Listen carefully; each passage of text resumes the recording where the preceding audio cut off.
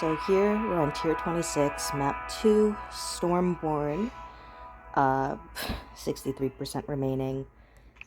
It is a struggle because he is level 480, recommended power is 70,000, and the team I'm going to use is under 20,000. So I'm going to give Scrooge one pot and Mal a couple. This is to ensure that if the Gatekeeper decides to use a heavy attack right away, Maleficent doesn't die immediately from that attack. This should give her enough that as long as I don't allow her to get shocked again, she will live.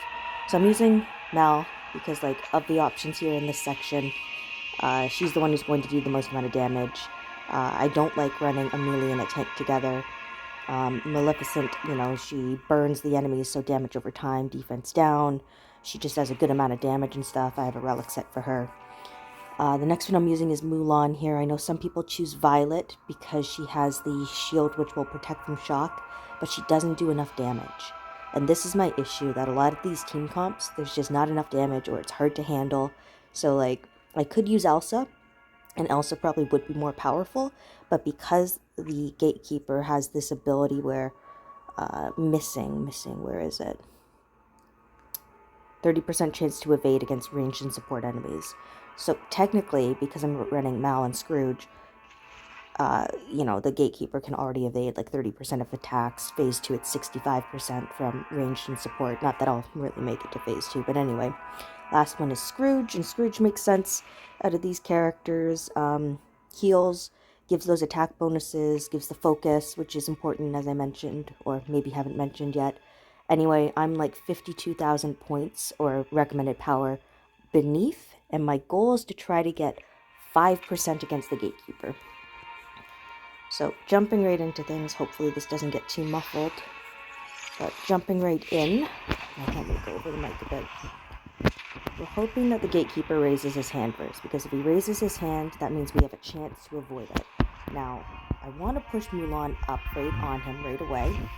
Okay, we bring Scrooge in, we bring Mal up, so I dash Scrooge twice. Now I want to keep the Gatekeeper facing the wall as much as possible, because then he can't shoot across the screen and potentially hit, Scrooge or Maleficent, because that would be bad. Now here, I have Mal's ability, which I can use right away. There's no reason for me to save it. Scrooge, I want to wait until he's at 10 coins, because now he gives a permanent attack buff to my fighters, which is important, of course.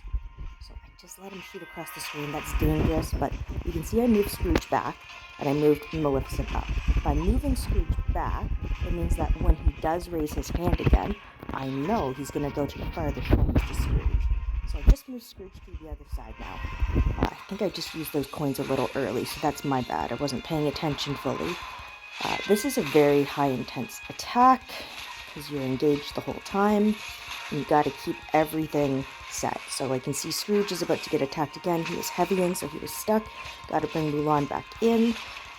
So I had to bring her in quickly just so that the Gatekeeper would not target Maleficent, because if Maleficent gets targeted, then I'm kind of screwed.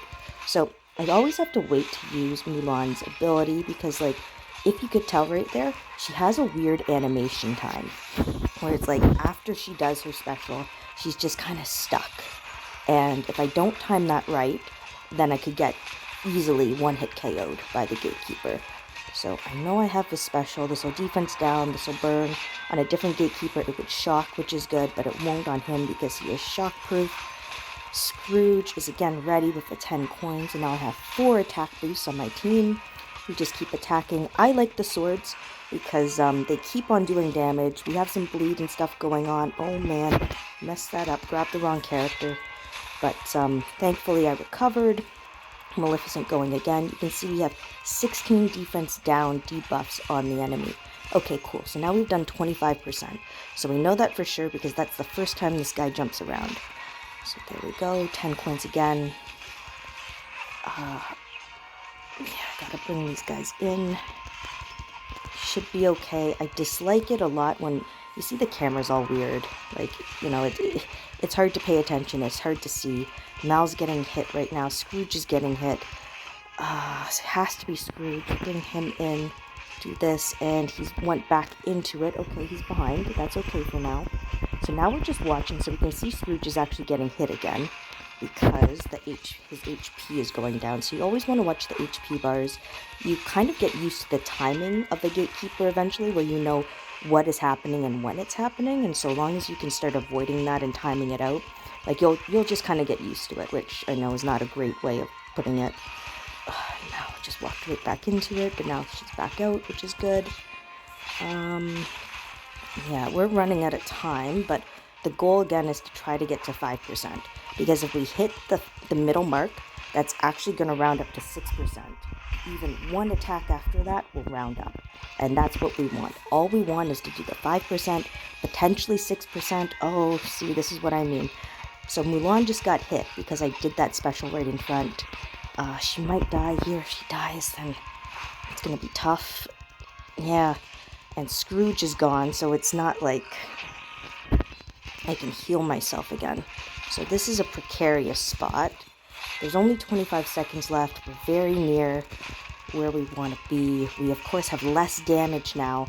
We have less focus as well, and the focus is good because that's crit damage, which, of course, is more damage than normal. Something else that you might notice me doing, I try to time out some of my specials when the gatekeeper is going to be using his special ability. And part of the reason is your character will stop their heavy attack right away. Oh, there we go. Perfect. So I don't care if Mal dies here. I don't care if anyone dies. We just achieve 6%. But just the timing of things. Because if we use a special ability, the character will stop their basic attack or their heavy. And that means you can swap to them and move them out of the way without issue. And that is the way that I kind of do this gatekeeper. The best I can do is 6%. And that's when I make it to the halfway point. The halfway point is what I'm aiming for. You know, it's not great, but considering the power of this gatekeeper, you know, when we're taking a look at things, I was at like 18k power, so I'm hitting up 52,000. 6% is good. And that's kind of all we can hope for. You know, we do the best we can, but we can't expect too much. So let me just quickly go over what I have on Mulan as well, because I think I showed you Mal. I talked about her.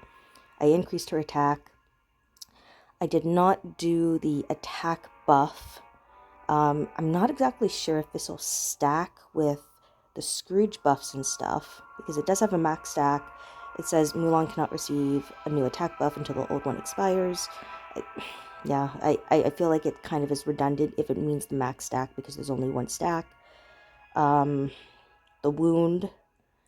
So I just like having wound because that does damage over time. So even when the gatekeeper jumps and stuff, or even when they move, whatever, we're still doing damage no matter what. The duration of a special ability increased. I really should look to try to get this one. Oh, whoops. I really should look to try to get that one leveled up a bit more, because the longer the swords are out, the more damage we're actually going to be doing overall. Scrooge. Increase, so the crit damage buff, so more damage, more healing, because honestly, there's no way around it. You're going to get hit in some way, shape, or form. You're going to get shocked. You need to recover. And then the last one, the crit chance buff, so just higher chance, well, yeah, of performing a critical hit. So crit hits, more damage, all makes sense. Maleficent, I increased her focus. I have this crit damage buff, this permanent one, because like it is very easy for Maleficent to dip below 75% HP, and this type of buff just means she's doing a lot more damage again. I don't like this one because we don't always get below 50% HP, and at the point of us getting to 50% HP or less, we could die. And the last one is just Maleficent's burns and shocks are 30% stronger. Only worried about the burns being stronger because shocks do not affect this gatekeeper. And that is the method behind my madness towards attacking the gatekeeper. Technically, I think Elsa's a better character to use, but mine's just a little weak, and I always seem to have extra lag when I have her. So part of the reason I like her, this core ability, North Wind, the minus 10% defense debuff, stacking up to 10 times, over 10 seconds, or over 100 seconds total, dealing damage as well with that. Special ability, again, like freeze damage, more damage over time. Really important, really valuable. manual Elsa in this type of team, so if she's standing on her frostbite aura, like the ice, she gets additional attacks, so more damage, but the tough thing is she's missing the enemy, so she's not always benefiting from that because not all of her attacks are going to hit. So I have the defense down debuff and the frostbite aura increased in duration, the chance of freeze and whatnot, because freeze damage is obviously important, damage over time, and just making sure that the actual aura, so the ice that's put down, it's doing additional damage. So I think there's a few different options, like 4 teams. Again, as I mentioned, people will sometimes use Violet just because she provides that shield for everyone. I think in this position, Minnie could be a potential candidate if you're going for a team like this where you have a defense down, you have Violet for the shocks, and you have Minnie who can just do a ton of damage. But my Minnie's only level 25. I think she's a 4-star still. I haven't invested in her because it is very expensive to invest in her. Because she's in the Stardust store only, and she costs, I think it's 5,600 Stardust. There's just a lot of other fighters that I need to focus on first before working on her.